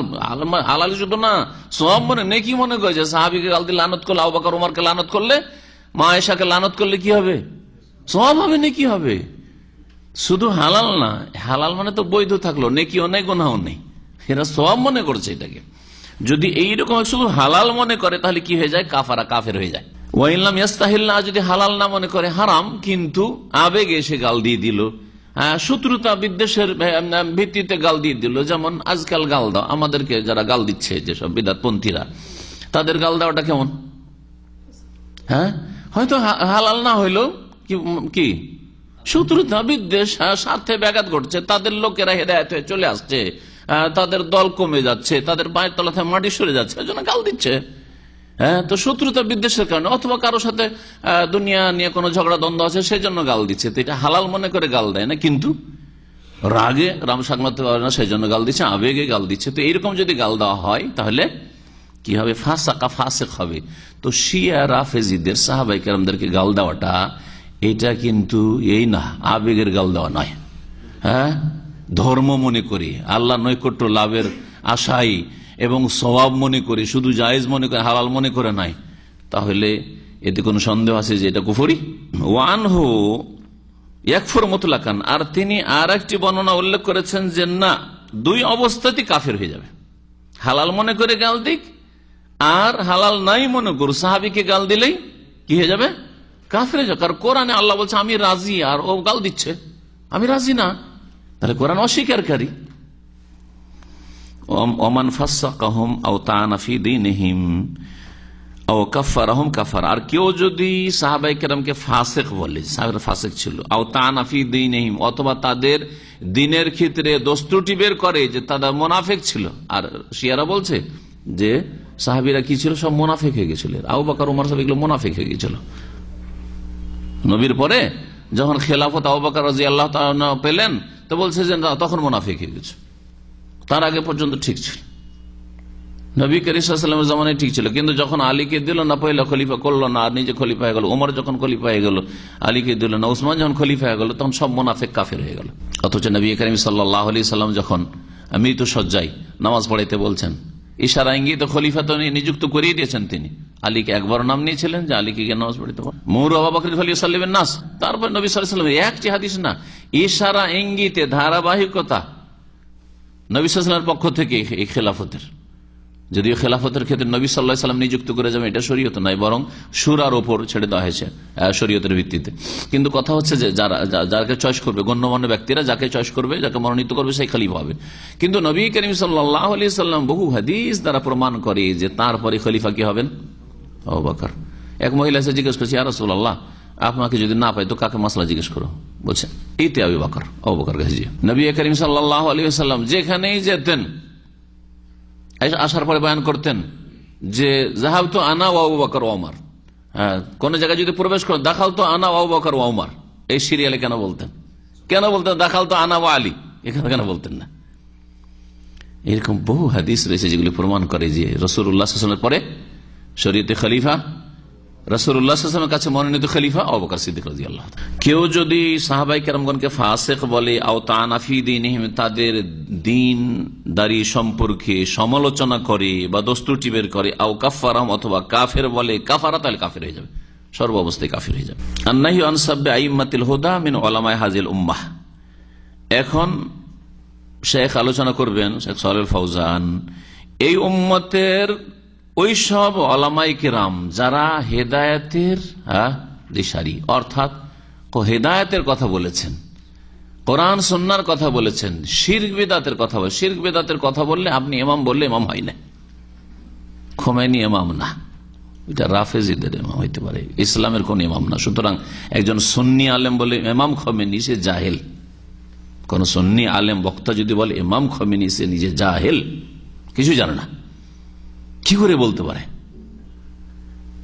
যাদের আকীদা হলো শিরকিয়া কুফরিয়া, আইম্মাতুল হুদা, যাদের মাধ্যমে হেদায়েত লাভ হয়েছে, লোকেরা হেদায়েত হয়েছে, বিভ্রান্ত হয়নি। একজন সুফি বিদাতি, আর ওকে বলবেন যে ইমাম, কিসের ইমাম? ও তো বিদাতের ইমাম। ইমাম সুন্নাহ তো নয়, ইমাম সুন্নাহ হইতে হবে, কোরআন সুন্নাহর ইমাম হইতে হবে। শেখ জি ইয়ালিস সাহাবা ফিল ফাজিলাতি ওয়াল কারামাতি ওয়াল মানজিলা আইম্মাতুল হুদা মিনাত তাবিঈন ওয়া আতবাইহিম মিনাল কুরুনিল মুফাদ্দালাহ। সাহাবায়ে কেরামদের পরেই মর্যাদা আসবে ফজিলতের দিক থেকে, মান মর্যাদার দিক থেকে, কারামা সম্মানের দিক থেকে, ওয়াল মানজিলা আর মর্যাদার দিক থেকে, মর্তবার দিক থেকে। কাদের? আইম্মাতুল হুদা, যারা হিদায়াতের ইমাম, মিনাত তাবিঈন, আর শুরু করতে হবে না তাবিঈনদের থেকে। তাবিঈনদের একজনের নাম জানেন না, আর তাবেইনের 100 বছর পরে তখন আপনার বড় বড় ইমাম নাকি? তা আপনাকে তাবেইনদের মধ্যে বড় বড় ইমামরা ছিলেন, তাদের নামগুলো জানার চেষ্টা করতে হবে। সাইয়্যিদুনা মুসাইয়্যিব, সৈয়দুত তাবেইন, হাসান বসরি, মোহাম্মদ ইবনে সিরিন, সাইদ ইবনে জুবাইর, ইমাম জুহরি, বহু বড় বড় তাবেইন, তারা বড় বড় ইমাম ছিলেন। হ্যাঁ, তাদের নামে মযহাব কায়েম হয়নি, সেই জন্য আপনার কাছে তাদের তেমন নেই, কিন্তু তাদের খেদমত অন্যান্য যেসব আইম্মা কেরাম মুহাদ্দিসিনরা রয়েছেন বা ফুকাহা রয়েছেন তাদের তো অনেক বেশি খেদমত রয়েছে। মর্যাদা দিক থেকে সাহাবায়ে কেরামদের পরে তাবেইনদের মর্যাদা, তারপরে ওয়াতবাহিম এবং তাদের যারা তাবা তাবেইন মানে তাবেইনদের সাথে যাদের সাক্ষাৎ হয়েছে, মিনাল কুরুনিল মুফাদ্দালা, স্বর্ণ যুগের বা শ্রেষ্ঠ যুগের তাবা তাবেইনদের মধ্যে ধরেন ইমাম আবু হানিফা রহমতুল্লাহ আলাই, ইমাম মালিক রহমতুল্লাহ আলাই, আরো সবাই ইমাম কেরামরা আরো যারা রয়েছেন তারা, ওমান জাবাদহুম, আর যারা তাদের পরেও এসেছেন, কিন্তু শর্ত হচ্ছে মিম্মান তাবিআস সাহাবাতা বিইহসানিন, তারা সাহাবায়ে কেরামদের অনুসরণ করেছেন নিষ্ঠার সাথে, সাহাবায়ে কেরামদের আদর্শ অনুসারী। সাহাবায়ে কেরামদের যুগে মাজার ছিল না, আবার মাজার নিয়ে ব্যস্ত, তাহলে আবার ওরা আলেম নাকি আর ওরা ইমাম নাকি? হ্যাঁ, সাহাবায়ে কেরামদের যুগে মিলাদ ছিল না, আর মিলাদি এ হচ্ছে মিলাদি, আর ওকে ইমাম বলছেন, তো ইমাম বা আলেম নাকি? না, ওদের কোনো ফজিলত নেই, বিদআতি মৌলবীদের কোনো ফজিলত নেই। নিষ্ঠার সাথে যারা সাহাবায়ে কেরাম অনুসারী হচ্ছে, নিষ্ঠার সাথে আকীদার ক্ষেত্রে, নিষ্ঠার সাথে ইবাদত বন্দেগীর ক্ষেত্রে, আখলাক আমলের ক্ষেত্রে, আর জুলম মুক্ত হওয়ার ক্ষেত্রে। তাবেইনদের জামানাতে বেশ কিছু তাবেইনরা এসেছেন কিন্তু জুলম অত্যাচার করেছেন, তারা জুলম অত্যাচার করেছে, ইয়াজিদি হোক অথবা হাজ্জাজ বিন ইউসুফ হোক অথবা এইরকম ইবনে জিয়াদ হোক, এরা তো তাবেইনদের যুগের লোক, কিন্তু নিষ্ঠার সাথে আখলাক চরিত্রের ক্ষেত্রে তারা নিষ্ঠার সাথে সাহাবায়ে কেরাম অনুসারী ছিল না। এরা আখলাকের ক্ষেত্রে, মামলাতের ক্ষেত্রে, আদান প্রদানের ক্ষেত্রে, মানুষের হকের ক্ষেত্রে, আকীদার ক্ষেত্রে যদি বলেন আকীদা, ওদের আকীদায় তারা শিরক বিদআতে আকীদা রাখতো না। ইবাদতে তারা নামাজ পড়তো, শুধু না নামাজ পড়াইতো। অনেকে জানেন না, হাজ্জাজ বিন ইউসুফ উমাইয়া আমলে যত বড় বড় খুনি শাসক ছিল, গভর্নর ছিল, তারাও 5 ওয়াক্ত ইমামতি করত, 5 ওয়াক্ত মসজিদে ইমামতি করত। এই শাসকদের ইমামতিটা শেষ হয়েছে আব্বাসী আমলে এসে, তারা অলস হয়ে গেল, বিলাসিতা তাদেরকে ধরলো, তাদের ঘুম ভাঙে না, তখন বললো যে যা আলেম আলমা তোমরা নামাজ পড়ো, আর আমরা তোমরা মসজিদের ইমাম হও, আমরা দুনিয়ার ইমামতি করি। তখন থেকে সেকুলারিজম আসলো, ধর্ম আলাদা আর মসজিদ আলাদা, ইবাদত খানা আলাদা। যেমন মহান আল্লাহ ইরশাদ করেছেন, ওয়াস-সাবিকুনাল আউয়ালুনা মিনাল মুহাজিরিন ওয়াল আনসার ওয়াল্লাযীনা ইত্তাবাউহুম বিইহসানিন রাদিয়াল্লাহু আনহুম ওয়া রাদু আনহু, যারা মুহাজিরিন আনসারদের মধ্য থেকে প্রথম সারির অগ্রণী, প্রথম দিকে যারা ইসলাম গ্রহণ করেছে, যাদের অগ্রণী ভূমিকা রয়েছে, ওয়াল্লাযীনা ইত্তাবাউহুম, আর যারা তাদের অনুসারী হয়েছে, বিইহসানি নিষ্ঠার সাথে, আল্লাহ তাদের উপর রাজি হয়ে গেছেন, ওয়া রাজু আনহু, তারাও আল্লাহর উপর রাজি হয়ে গেছেন, আল্লাহ রাজি হয়ে গেছেন। আর যদি কোন রাফেজি শিয়া বলে যে আমরা অসন্তুষ্ট, আমাদের ক্ষোভ এই সাহাবীদের উপর, এরাই ফিতনার মূল, যেমন খোমেনি বলেছে, তাহলে তাদের কি দশা হবে? আল্লাহ পাক এই গায়েব দেখাবেন না, মওতের পরে যদি একবার আল্লাহ দেখিয়ে দিতেন তো মানুষের সংশোধন হয়ে যেত, কিন্তু না, ও না দেখে কোরআন এবং হাদিসের দলিলের ভিত্তিতে সংশোধন করতে হবে। দেখিয়ে দিয়ে আল্লাহ সংশোধন করবেন না। কিয়ামতের মাঠে আল্লাহ এই সাহাবায়ে কেরামদের দুশমনদেরকে লাঞ্ছিত অপদস্থ করে সমস্ত হাসর মাঠের মুসলিমদের সামনে আল্লাহ পাক তখন দেখাবেন, তখন আর গায়েব থাকবে না, চোখের সামনে দেখতে পাবেন। সূরা তওবার আয়াত নম্বর 100, এই সূরা তওবার তাফসীর আমাদের কিছুদিন আগে এসেছে। ফালা ইয়াজুজু তানাক্কুসুহুম ওয়া সাবহুম, সুতরাং সাহাবায়ে কেরামদের বা তাবেঈনদের বা তাদের যারা অনুসারী, উলামা, তাদের মানহানি করা, তাদেরকে গালিগালাজ করা জায়েজ নয়। লিআন্নাহুম আলামু হুদা, কারণ তারা হচ্ছেন হেদায়েতের হেদায়েতের নিশানা, প্রতীক। আলাম মানে প্রতীক, হেদায়েতের প্রতীক তারা। আজকাল উলামায়ে কেরামদের অনেকে ভালো ভালো দায়ীদের যারা ওই রকমই ব্যঙ্গচিত্র করছে, তাদের যে কি হাসর হবে কিয়ামতের দিন আল্লাহ পাক ভালো জানে, কিন্তু এদের তো ভয় নেই, এরা দুনিয়া নিয়ে মেতে আছে।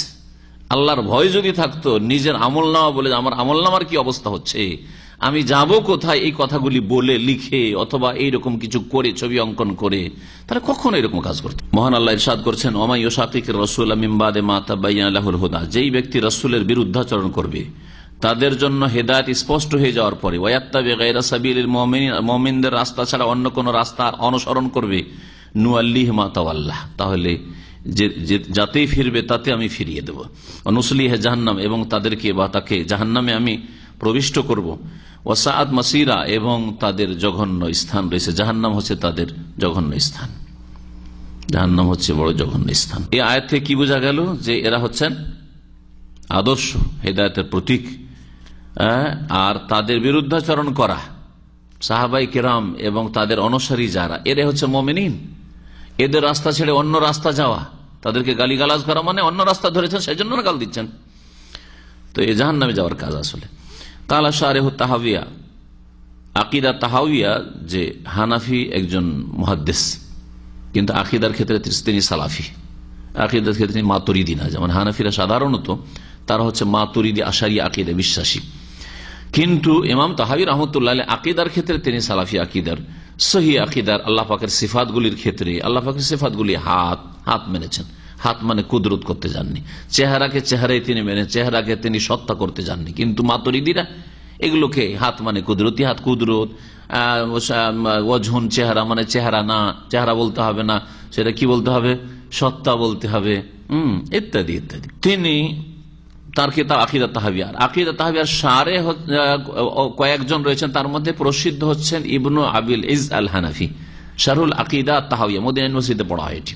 আর আজকাল ভালো ভালো যে মাদ্রাসাগুলি আজকাল হচ্ছে, একটু মানে সংশোধন হয়ে আসছে, তারা এই আকিদার কিতাবটি পড়াচ্ছে। আগে তো ওই বিদাতি আকিদা পড়ানো হয়তো, আকিদা না সাফিয়া, আশারি মাতুরিদি আকিদা পড়া হয়তো ভারত বাংলাদেশে। ইদানিং সংশোধন করে যারা আসছে এই সহি আকিদা পড়াচ্ছে। ফায়াজিব আলা কুল্লি মুসলিম, বলছেন যে প্রত্যেক মুসলিমের জন্য ফরজ, বাদা মুআলাতিল্লাহ ওয়া রাসূল, আল্লাহ এবং রাসূলকে ভালোবাসার পরে, আল্লাহকে ভালোবাসা, রাসূলকে ভালো, তারপর কাকে ভালোবাসতে হবে? মুআলাতুল মুমিনিন, মুমিনদেরকে ভালোবাসা। আর প্রথম মুমিন কারা? সাহাবায়ে কেরাম, তারপরে তাবেঈন, তারপরে তাবা তাবেঈন। কামা আতলাকাল কোরআন, যেমন কোরআনে বলেছে বা কোরআনে বলা হয়েছে, খুসুসান আল্লাযীনা ওয়া রাসূলুল্লাহ, বিশেষভাবে মুমিনদেরই যদি এই মর্যাদা থাকে, হ্যাঁ, যে তাদেরকে ভালোবাসা ফরজ, তাহলে মুমিনদের মধ্যে বিশেষ করে যারা নবীগণের ওয়ারিসিন, উত্তরাধিকারী, উলামা, আইম্মা, আল্লাযীনা জাআলাহুমুল্লাহ বিমানজিলাতিন নুজুম, যাদেরকে আল্লাহ পাক রব্বুল আলামিন তারকার অনুরূপ বানিয়েছেন। তারকার অনুরূপ, তারকা মানে এক একটা তারকা, ওই হাদিস আবার জাল, এক একটা তারকা দিয়ে আপনি, একটা তারা যদি আকাশে থাকে আর কোন তারা না থাকে তা আলো হবে? তাহলে বোঝা গেল শুধু একটা তারকা দিয়ে পৃথিবীতে তেমন আলো হয় না, অন্ধকার হয়ে থাকবে, আঙুলটা হয়তো দেখতে পাবেন না। মেঘলা আকাশ, একটা তারা শুধু আকাশে দেখা যাচ্ছে, কোনো আলো পাওয়া যাবে না, ঠিক না? তাহলে কিন্তু যদি আকাশ পরিষ্কার থাকে, কোনো মেঘ না থাকে, আর অসংখ্য তারকা থাকে, তাহলে কিছুটা তো আলো পাওয়া যাবে। এর সাথে এই উদাহরণ রয়েছে।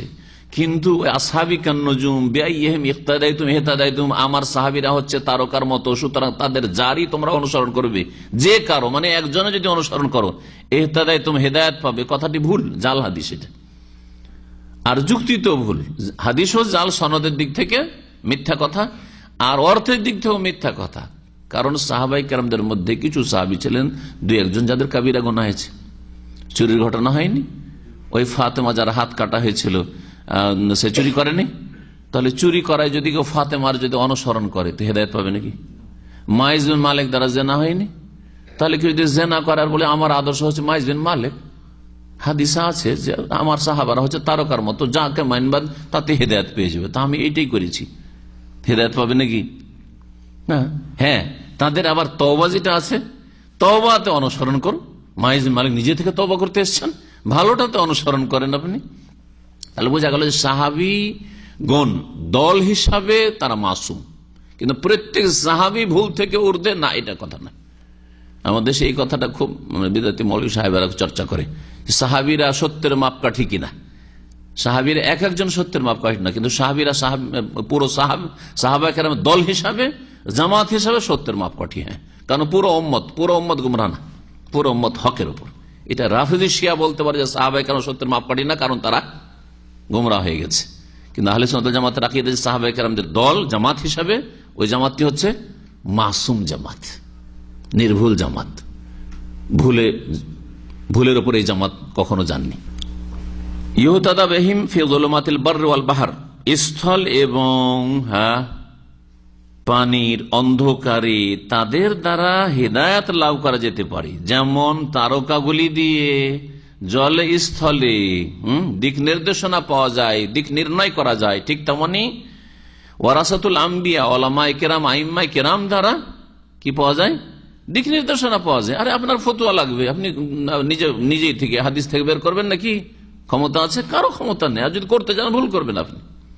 তাহলে আলেম ওয়ারাসাতুল আম্বিয়ার আপনাকে সাহায্য নিতেই হবে, তারা আপনাকে রাস্তা দেখাবে, কিন্তু শর্ত হচ্ছে কোরআন এবং হাদিসের ভিত্তিতে রাস্তা যে দেখাচ্ছে তার অনুসরণ করতে হবে।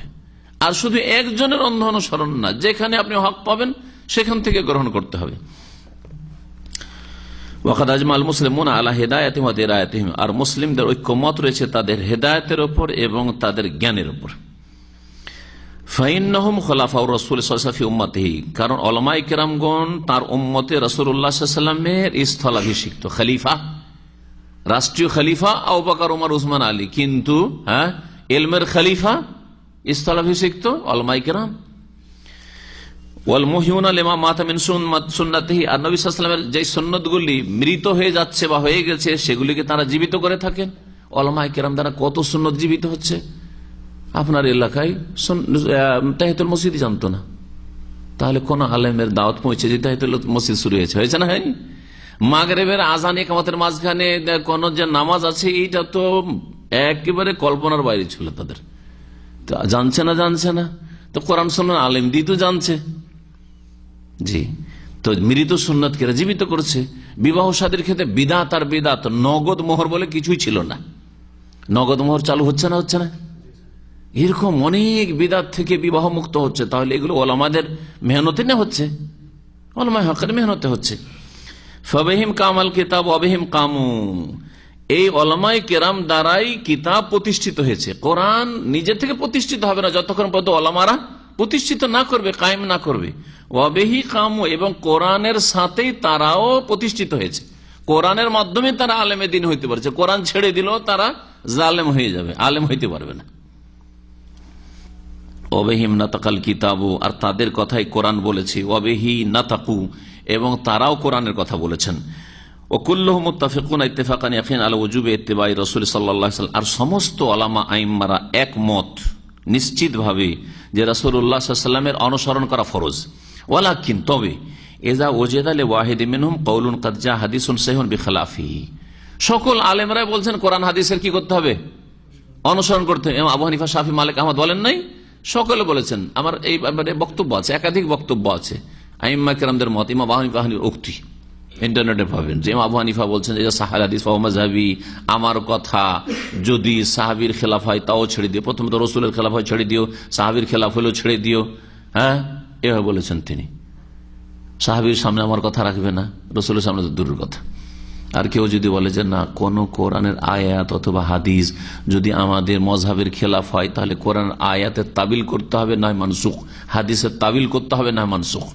ইমাম আবু হানিফা এক কথা বলছেন, আর তার মুকাল্লিদ, তার নামের মুকাল্লিদ গুমরা আর এক কথা বলছে। ইব্রাহিম কারখি কথা বলছে। ইব্রাহিম কারখি বলছে কুল্লু আয়াতিন আও হাদিসিন ইউখালিফু মাযহাবানা ফাহুয়া ইম্মা মানসুখুন আও মুআওয়ালুন। বলছে এমন আয়াত বা হাদিস যদি আমাদের মযহাবের খেলাফ হয় তো সেটা হয় মানসুখ, আর না হয় তার কোন অন্য ব্যাখ্যা তাবিল রয়েছে, কিন্তু আমাদের এটা ঠিক থাকবে। বুখারীর তরজমা একটা আছে, শাইখুল হাদিস সাহেবের আপনাদের দেশে বাংলা, ওর ভূমিকাতে দেখবেন কি লিখেছে, বুখারীর হাদিস সবচেয়ে সহিহ, তবে আমাদের মযহাবের খেলাফ হলে মযহাবের আমল করতে হবে। আলেমদের কাছে জেনে মযহাবের আমল করতে হবে, হাদিস হলো নয়। হাদিস মযহাবের খেলাফ হাদিস হলে হাদিস মানতে হবে না। এটা তো ইমাম আবু হানিফার শিক্ষা নয়, এটা রাসূলুল্লাহর শিক্ষা নয় সাল্লাল্লাহু আলাইহি ওয়াসাল্লাম, আর সাহাবায়ে কেরাম তাবেঈনদের শিক্ষা নয়, স্বয়ং ইমাম আবু হানিফার শিক্ষা এটা নয়। তো যারাই ইমামের দোহাই পড়ে তারাই যে ইমামের অনুসারী, কথা কখনো ভাববেন না, ভুল। আসলে এখানেই ভুল হয়েছে যে ইমামের দোহাই পড়লে মনে হয় এরা ইমামের আদর্শ রয়েছে না, ইমামের আদর্শের উপর সহিহ আকীদার লোকেরা রয়েছে। সকলে একমত ছিলেন যে কোরআন হাদিস মানতে রসুলের অনুসরণ করা ফরজ, কিন্তু যদি তারপরও দেখা যায় যে একটা হাদিসের খেলাফ কোন ইমামের বক্তব্য হয়ে গেছে, ইমাম আবু হানিফা, শাফি, মালিক, আহমদ, চারজনের এরকম আছে, তাহলে কি করতে হবে? তিনটা ওজরের একটা ওজর খুঁজতে হবে। তাদের নিশ্চয় কোন অজুহাত ছিল। ফালাবুদ্দালাহু ফি তারকিহি মিন উযরিন, তারা কেন হাদিসটি ছাড়লেন, হাদিসের আমল করেননি, হাদিস মোতাবেক তাদের ফতোয়া কেন নয়, এই ক্ষেত্রে অবশ্যই তাদের হাদিস ছাড়ার ক্ষেত্রে কোন ওজর রয়েছে। ও জেমাউল আজারে সালাসাত আসনাফ, অনেকগুলি ওজর রয়েছে। আল্লামা ইবনে তাইমিয়া রাহমাতুল্লাহ আলাইহি তার একটি কিতাব, খুব গুরুত্বপূর্ণ কিতাব, রাফুল মালাম আনিল আইম্মাতিল আলাম, বাংলায় অনুবাদ হয়েছে, বইটি একজন করেছেন। তো এই বইটিতে অনেকগুলি ওজর কেন আইম্মায়ে কেরামগণ আবু হানিফা, শাফি, মালিক, আহমদ বেশ কিছু হাদিসের খেলাফ ফতোয়া দিয়ে দিয়েছেন, ইচ্ছা করে কি দিয়েছেন, তো এর অনেকগুলি তিনি কারণ লিখেছেন। সবগুলিকে মোটামুটি তিনটা পয়েন্টে নিয়ে আসা যেতে পারে, যেটা এখানে শেখ সালেহ ফৌজান নিয়ে এসছেন। আজকে তিনটি জানেন। বলছে জেমাউল আজারে সালাসাত আসনাফ, সমস্ত ওজরগুলি তিন প্রকারের। আহাদোহা, এক রকমের ওজর হচ্ছে কেন হাদিসের উপর আমল করেননি, আদাম ও ইতিকাদিহি আন্নান নবী সাল্লাল্লাহু আলাইহি কালাহু, প্রথম কথা তার বিশ্বাসী হয়নি, ইমামের বিশ্বাসী হয়নি যে এটা নবী বলেছেন। যদি পৌঁছাও থাকে তাহলে তার বিশ্বাস হয়নি যে এটা হয় পৌঁছেনি সেজন্য বিশ্বাস হয়নি, অথবা পৌঁছেছে কিন্তু সহি সূত্রে পৌঁছেনি। একটা ঘটনা, একবার আমার কাছে দুর্বল সূত্রে পৌঁছিল, আর একবার বিশ্বস্ত সূত্রে পৌঁছিল, হয় না? হয় না? এখন একটা লোক আসলো আর জীবনও তাকে চেনেও না, আর তার সকাল সুরাত দেখে মুসলিম বুঝাও যায় না, সে একটা দুর্ঘটনার খবর দিল, আমার কাছে বিশ্বস্ত সূত্র নয়, ঠিক কিনা? কিন্তু তার এক ঘন্টা পরে বা একদিন পরে আরেকজন আসলো, বেশ ধার্মিক লোক, আর আমার পরিচিত লোক, ইমানদার লোক, আমানতদার লোক, কখনো মিথ্যা কথা বলবে না, সে এসে বললো ঘটনা এরকম, ঠিক এরকমই হয়েছে। এখন আমার বিশ্বাস হবে না? হবে না? একদিন আমি বিশ্বাস করিনি, অথচ একদিন আগে কথাটা শুনেছি, কারণ আমার এতেকাদ হয়নি যে এটা ঘটেছে। ঠিক ওই রকমই ব্যাপারটা ইমাম আবু হানিফার যুগে বা ইমাম শাফির যুগে। ইমাম শাফি যখন এতে ছিলেন, ইরাকে ছিলেন, হাদিস তার কাছে সহিহ সূত্রে পৌঁছেনি, তিনি যা পেয়েছেন তাই দিয়ে ফতোয়া দিয়েছেন। যখন মিশরে তিনি হিজরত করে চলে গেলেন, ওখানে যাওয়ার অনেক হাদিস পেলেন সহিহ সূত্রে, যেগুলো ইরাকে পাননি। তখন হাজার হাজার মাসাল ফতোয়া থেকে ফিরে এসছেন, তিনি হাজার হাজার ফতোয়া থেকে ফিরে এসছেন, কারণ তখন তার ইতিকাদ হলো যে না, এগুলো নবীর কথা। ইরাকে বুঝতে পারেন যেগুলো নবীর কথা, কিন্তু ওখানে গিয়ে তিনি বুঝতে পেরেছেন। এটা শুধু ইমাম আবু হানিফার ক্ষেত্রে না, সবার ক্ষেত্রে, সমস্ত ইমামের ক্ষেত্রে হইতে পারে। আমার ক্ষেত্রে এক যুগে 5 ওয়াক্ত মোনাজাত, জানতাম না যে এটা বিদআত, আমাদের ওস্তাদরা করেছে, তারা করেছে, শিক্ষিত এটাই করেছি, 5 ওয়াক্ত মোনাজাত, বুঝছেন না? এরকম বহু মাসলা রয়েছে। আকীদার পড়াশোনা আমাদের এত দুর্বল যে তাবিজ যে শিরক, তাবিজ ইখতিলাফ আছে জানতাম, কিন্তু তাবিজ যে শিরক এটা অত মজবুত করে জানা ছিল না, বোঝা গেছে। যদিও তাবিজ হয়তো নিজে থেকে করতে যায়নি। তো এরকম মেলা বিষয় রয়েছে, যে কোনো আলেমের হইতে পারে, ছোট হইলেও হইতে পারে, বড় হইলেও হইতে পারে, এরকম। তো প্রথম ওজর হচ্ছে যে তিনি বিশ্বাসই করতে পারেননি যে নবী সাল্লাল্লাহু আলাইহি ওয়াসাল্লাম এই কথা বলেছেন, যার ফলে উল্টো ফতোয়া দিয়েছেন তিনি। 2 নম্বর কথা, আদাম ইতিকাদিহি আন্নাহু আরাদা তিলকাল মাসআলা বিযালিকাল কওল, হয়তো নবী বলেছেন এই কথা পৌঁছেছে, কিন্তু তার অর্থটা এই মাসলা প্রমাণ করে এটা বুঝতে পারেননি তিনি অন্য ব্যাখ্যা বুঝেছেন, ব্যাখ্যা বুঝতে ভুলেছে, হতে পারে ব্যাখ্যা বুঝতে ভুল হতে পারে। এটা আম কথা না খাস কথা? লা সালাতা লিমান লাম ইয়াকরা বিফাতিহাতিল, সূরা ফাতিহা ছাড়া নামাজ হয় না। কারণ সূরা ফাতিহা ছাড়া নামাজ হয় না সকলের, যেমন ইমাম শাফি বলছেন, নাকি শুধু ইমামের? হ্যাঁ, এটাকে আম করব, হাদিসটাকে আম করব না হাদিসটাকে খাস করে দেব? বুঝতে গিয়ে বুঝার ফের হয়ে গেছে। 3 নম্বর বলছেন ইতিকাদু আন্নাল হুকম মানসুখুন, অথবা তার এই বিশ্বাস জন্মে গেছে যে এই হুকুমটি মানসুখ, যেমন রাফুল ইয়াদাইন ইমাম শাফি, মালিক, আহমদ তারা বলছেন সুন্নাত, মুহাদ্দিসিন কিরামরা বলছেন সুন্নাত, আহলে হাদিস বলছেন সুন্নাত। ইমাম আবু হানিফা উনি বলছে এটা মানসুখ হয়ে গেছে, আগে ছিল এখন নাই। ওনার কাছে ওইভাবে পৌঁছেছে, উনি বিশ্বাস করেছেন কি যে হাদিস থাকলেও এটা কি হয়েছে, আব্দুল্লাহ মাসউদের হাদিস, যেমন আবু দাউদের হাদিস, বুখারী মুসলিমের হাদিস মানসুখ হয়ে গেছে। উনি এরকম বুঝেছেন আসলে তাহলে বুঝার ক্ষেত্রে ভুল হয়েছে। আপনি বলবেন যেন আবু হানিফাটা ঠিক, তাহলে ওই 3 ইমামেরটা ভুল। তাহলে এই ক্ষেত্রে আল্লামা মোহাম্মদ হায়াত সিন্ধি, হানাফি মুহাদ্দিস, মদিনায় তিনি থাকতেন, সিন্ধু প্রদেশের কিন্তু মদিনায় থাকতেন। তিনি নাসাইর ভাষ্য লিখেছেন, টিকা লিখেছেন, টিকা আছে ভারত বাংলাদেশে, যেটা নাসাই ছিপা আছে ওতে ওই টিকাটা আছে। তিনি বলছেন যে হানাফি মাযহাবে যে মানসুখ বলা হয় রফুল হাদিসকে দাওয়ান নাসখে বাতিলুন, উনি বলছেন যে এই মানসুখ হওয়ার দাবিটা হচ্ছে বাতিল। কুল্লুন সুন্নাতুন, দুটাই সুন্নাত। ওনার কাছে ওনার ইজতিহাদ এটা পৌঁছে যে দুটাই সুন্নাত, মানে নবী সাল্লাল্লাহু আলাইহি ওয়াসাল্লাম অধিকাংশ সময় রফুল করেছেন, কখনো করেননি, যেটা আব্দুল্লাহ ইবনে মাসউদ বয়ান করেছেন। কারণ এটা একটা সমন্বয় হলো। অন্যরা বলছেন না, আবু দাউদ হাদিস যেহেতু জয়ীফ, দুর্বল, সুতরাং জয়ীফের আমল করা যাবে না, সহিহের আমল করে সবসময় রফুল করতে হবে। 3টা মত তাহলে হলো। কিন্তু ইচ্ছা করে হাদিস মানবো না এইরকম কোন ইমাম করেন নাই।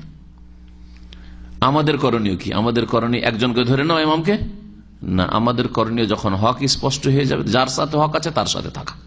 আবু হানিফার সাথে যখন হক দেখবো, অন্য ইমামদের কথা ছেড়ে দেবো যখন বুঝতে পারবো। বিশেষ করে জনসাধারণ না বুঝলে, আলেমরা তো বুঝতে পারে, মাদ্রাসায় যারা 20 বছর 30 বছর পড়েছে, তারপরে বুঝি না বলবা যে তুলনা করে এই 3টা উক্তির মধ্যে কোনটা হাদিসের কাছাকাছি, এটাই বুঝতে পারলাম না, এতটুকু তৌফিক হলো না। তো 20 বছর 30 বছর কি কাজে মাদ্রাসায় পড়লাম, কি কাজে ইউনিভার্সিটিতে ইসলামিক স্টাডিজে পড়লাম, হ্যাঁ, হাদিস আর ফিকহ পড়লাম, শরিয়া পড়লাম আর হাদিস পড়লাম।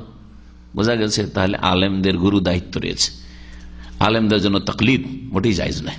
ফালাহুমুল ফাযলু আলাইনা ওয়াল মিন্না, উলামায়ে কেরামদের, আইম্মা কেরামদের আমাদের ওপর অনুগ্রহ রয়েছে এবং অবদান রয়েছে। বিসাবকি, যে তারা অগ্রগামী ছিলেন, ওয়া তাবলীগে মা উরসিলা বিহি রাসূল সাল্লাল্লাহু আলাইহি ওয়াসাল্লাম ইলাইনা, এবং রাসূলুল্লাহ সাল্লাল্লাহু আলাইহি ওয়াসাল্লাম যা নিয়ে প্রেরিত হয়েছিলেন তা পৌঁছে দেওয়ার অনুগ্রহ হয়েছে, তারা পৌঁছে দিয়েছেন আমাদের কাছে, এই অবদান রয়েছে। ওয়া ইযাহি মা কানা ইয়াখফা আলাইনা, আর যা কিছু আমাদের জন্য অস্পষ্ট ছিল তা তারা পরিষ্কার করেছেন। মেলা মাসলা মাসলা আইম্মাদের উক্তি যুক্তি এগুলো যদি না পড়তাম এবং তাদের মতামতগুলির দলিল দৃষ্টিকোণগুলি না পড়তাম, তাহলে ফতোয়া মগজে আসতো না। আমাদের জন্য ক্লিয়ার হয়েছে অনেক কথায়, তাদের কথা পড়ে, সকলের কথা পড়ে, একজনের শুধু কথা পড়ে নাই। ফারাদিয়াল্লাহু আনহুম, সুতরাং আল্লাহ যেন তাদের রাজি হয়ে যান, ওয়া আরযাহুম, আল্লাহ যেন তাদেরকে রাজি করে দেন। রব্বানা ইগফির লানা ওয়া লিইখওয়ানিনা আল্লাযীনা সাবাকুনা বিল ঈমান ওয়া লা তাজআল ফি কুলুবিনা গিল্লাল লিল্লাযীনা আমানু রব্বানা ইন্নাকা রাউফুর রহিম। আর তরজমা করছেন এটি দোয়া, এর আগে যেহেতু এই আয়াতটি আজকেই শুরুতে এসেছে। ওয়াল হাত্তু মিন কদরিল উলামাই বিসাবাবি উকুইল খাতাইল ইজতিহাদি মিন বাদি হুয়া মিন তরিকাতিল মুবতাদিয়া। কেউ যদি ওলামায়ে কেরামদের, আইম্মায়ে কেরামদের মানহানি করি, কিসের জন্য? তাদের ইজতিহাদি ভুল হওয়ার কারণে, তাদের কারো কোন মাসলায় কারো এই মাসলায় এরকম ফতোয়া দিয়েছেন উনি, এরকম যদি কেউ মানহানি করে, তাহলে এটা হচ্ছে মিন তরিকাতিল মুবতাদিয়া, বিদাতীদের পথ, বিদাতীদের আদর্শ, এটা বিদাতীদের চরিত্র, এটা ওয়ামিন মুখাত্তাতাতে আদাইল উম্মাহ, আর মুসলিম উম্মাতের শত্রুদের এটি হচ্ছে প্ল্যানিং, পরিকল্পনা। লিতাশকিক ফি দীনিল ইসলাম, দ্বীনে ইসলামে সন্দেহ সৃষ্টি করার জন্য, সংশয় সৃষ্টি করে দেওয়ার জন্য, যে তোমাদের ইমামরা এরকম ভুল করে রেখেছে। তো ইমামের নামে বিনা প্রমাণে আবার সংযোজন করবে না। অনেকে আবার এরকম করেছে, ইমামের নাম দিয়ে মেলা কিছু লিখেছে, কিন্তু আসলে ইমাম কিছু বলেন। বলে ইকাইল আদাওয়াতে বাইনাল মুসলিমিন, আর মুসলিমদের মাঝে শত্রুতা সৃষ্টি করার জন্য, যাতে করে মযহাবী কোন্দল আর দলীয় গোড়ামি আর দলীয় কলহ বিবাদ বেড়ে আসে না। তাহলে আলহামদুলিল্লাহ সৌদি আরবের যে পরিবেশ, এখানে সকলেই হানাফি হোক, শাফি হোক, মালিকি, হাম্বলি একই মসজিদে নামাজ পড়ছে না, আলাদা আলাদা মসজিদ আছে। এটা হানাফিদের মসজিদ, এটা শাফি, মালিকি, হাম্বলিদের মসজিদ, কেউ কারো মসজিদে নামাজ পড়বে না, আছে কি? এইরকম অবস্থা থাকতে হবে, কারো সাথে কারো যেন শত্রুতা বিদ্বেষ না থাকে। একই ইমামের পিছনে নামাজ পড়তে, যে কোনো মাযহাবের হোক না কেন, যদি সহিহ আকীদার হয়, আবার মাযহাবের নাম দিয়ে আবার শিরক বিদআত করছে, সুফিবাদের শিরকিয়াতে আর ফানা আর ওসব হলুলে মেতে আছে, ওগুলো নয়। যে কোনো মাযহাবের ইমাম হোক মসজিদের, তার পিছনে সকলে নামাজ পড়বে।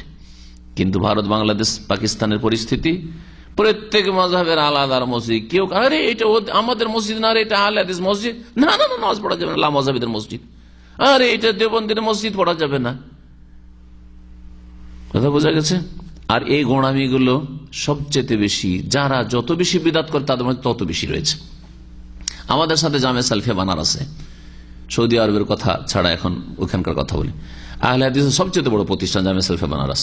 হানাফি 2-4-5টা ছেলে ছিল, তাদেরকে কেউ বিরক্ত করতো না, তারা তাদের মতো নাভির নিচে করে নামাজ পড়তো। কেউ কোনোদিন তাদেরকে কখনো তাদেরকে কোন রকম আক্রোশ করে কোনো কথা বলা কিছু না। একে শিখতে দাও, বুঝুক, বোঝার চেষ্টা করুক, জানার চেষ্টা করুক।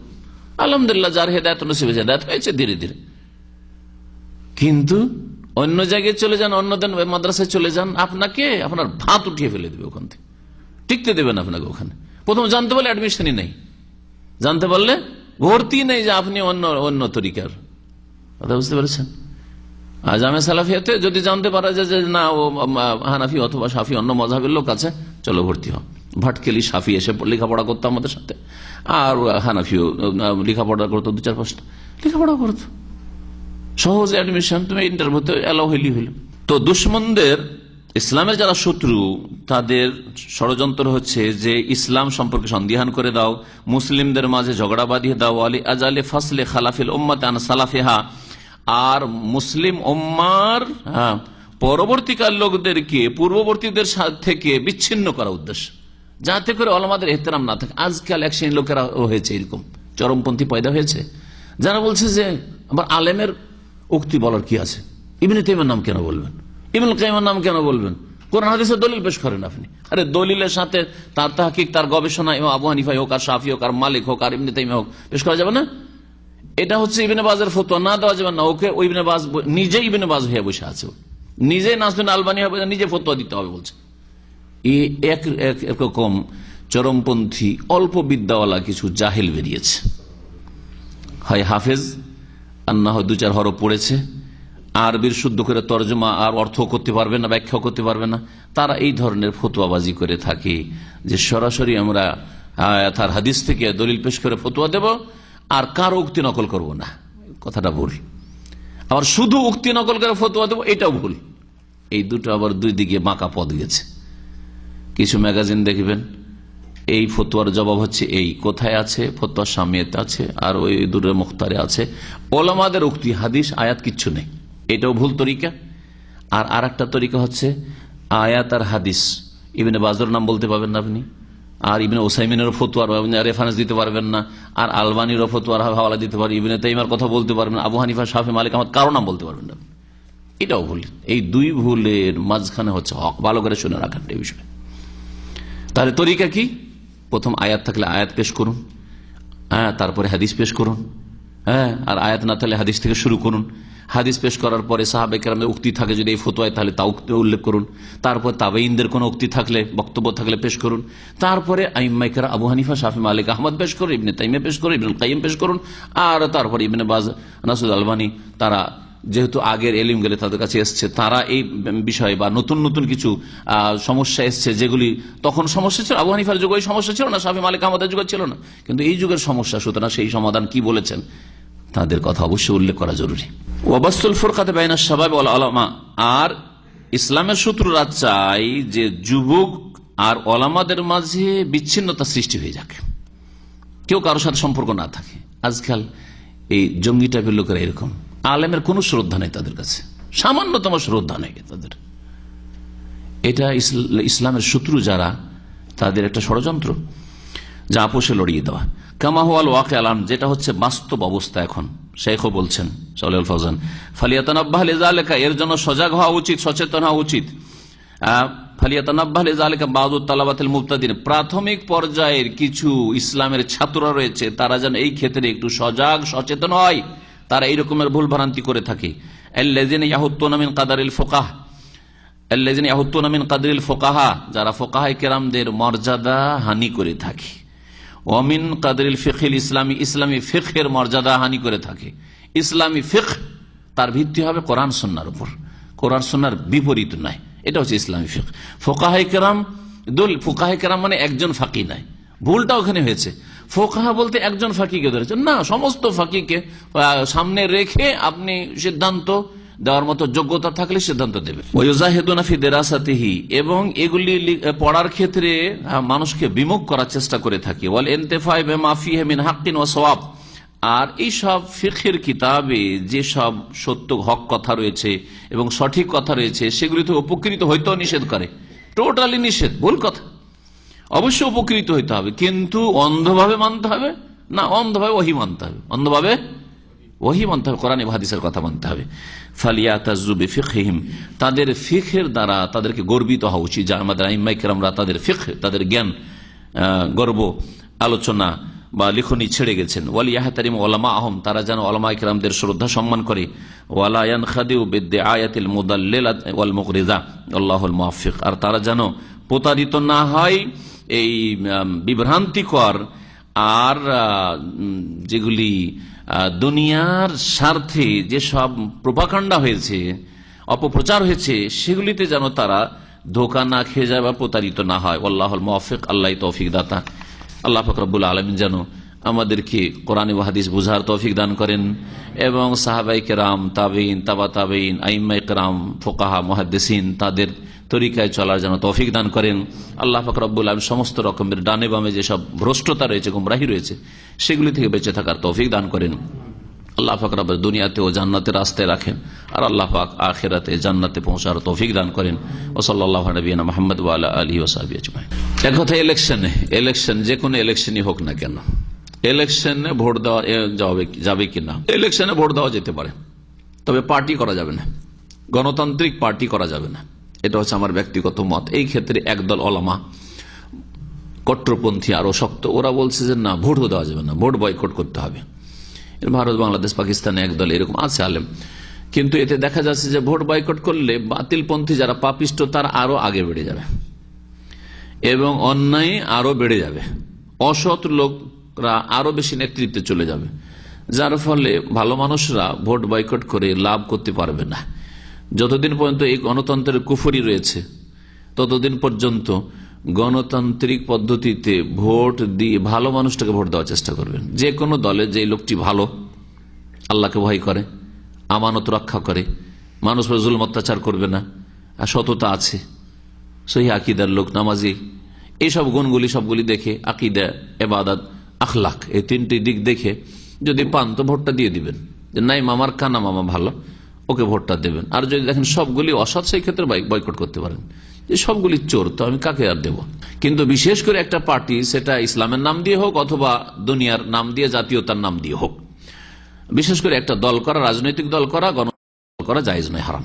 কারণ এটা বাতিলের সাথে সহযোগিতা করা, তাওয়ানু আলাল বিররি ওয়াত তাকওয়া ওয়ালা তাওয়ানু আলাল ইসমি ওয়াল উদওয়ান, এটা জায়েজ নাই। কারণ ওই আদর্শে আপনি বিশ্বাসী হয়ে গেলেন বা ওই আদর্শের আপনি সাপোর্ট করলেন, আপনি শক্তিশালী করলেন ওই আদর্শকে, এটা জায়েজ নাই।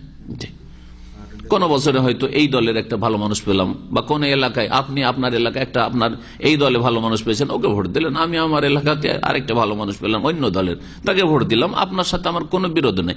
আমাদের লক্ষ্য উদ্দেশ্য হচ্ছে ভালো মানুষকে নেতৃত্বে পৌঁছানো, প্রতিনিধি করে পৌঁছানো, যাতে করে আমাদের ভালো করে জনগণের জন্য। তো আশা করি জায়েজ। এশার নামাজ অর্ধেক রাতের পড়লে কাজা হয়ে যাবে, গুনাহ হবে। অর্ধেক রাত 12টা নয়, অর্ধেক রাত 11টার দিকে অর্ধেক হয়ে যায়। সন্ধ্যা 5টা থেকে ফজর 5টা, এখন দাম্মামে 5টা থেকে 5টা, মাগরিব হচ্ছে 5টায় মোটামুটি, আর ফজর হচ্ছে 5টায়। তাহলে 5টা থেকে 5টা 12 ঘন্টা, 12 ঘন্টাতে তাহলে কত হয়? 6 5 11, 11টায় অর্ধেক রাত হয়ে যায়। রাত 11টায় অর্ধেক রাত, 11টার পরে কেউ যদি এশার নামাজ পড়ে তাহলে সে গুনাহগার হবে, নামাজের টাইম চলে গেছে। নবী সাল্লাল্লাহু আলাইহি ওয়াসাল্লামের সাহাবীরাও উমরকে যখন বললেন, আবু মুসা আশআরী বাড়ি থেকে 3 বার সালাম দিয়ে ফিরে চলে যাচ্ছিলেন, আছে না, তারাও তো হাদিসে তাহকিক করেছেন যে সহি কেনা এই কথাটি, ফিরে চলে যাচ্ছেন। ফিরে কেন যাচ্ছ তুমি? সালাম দিচ্ছিল, আমি শুনছিলাম বেশি দোয়াটা তুমি দাও, 3 বার সালাম, তুমি যাচ্ছিলে কেন?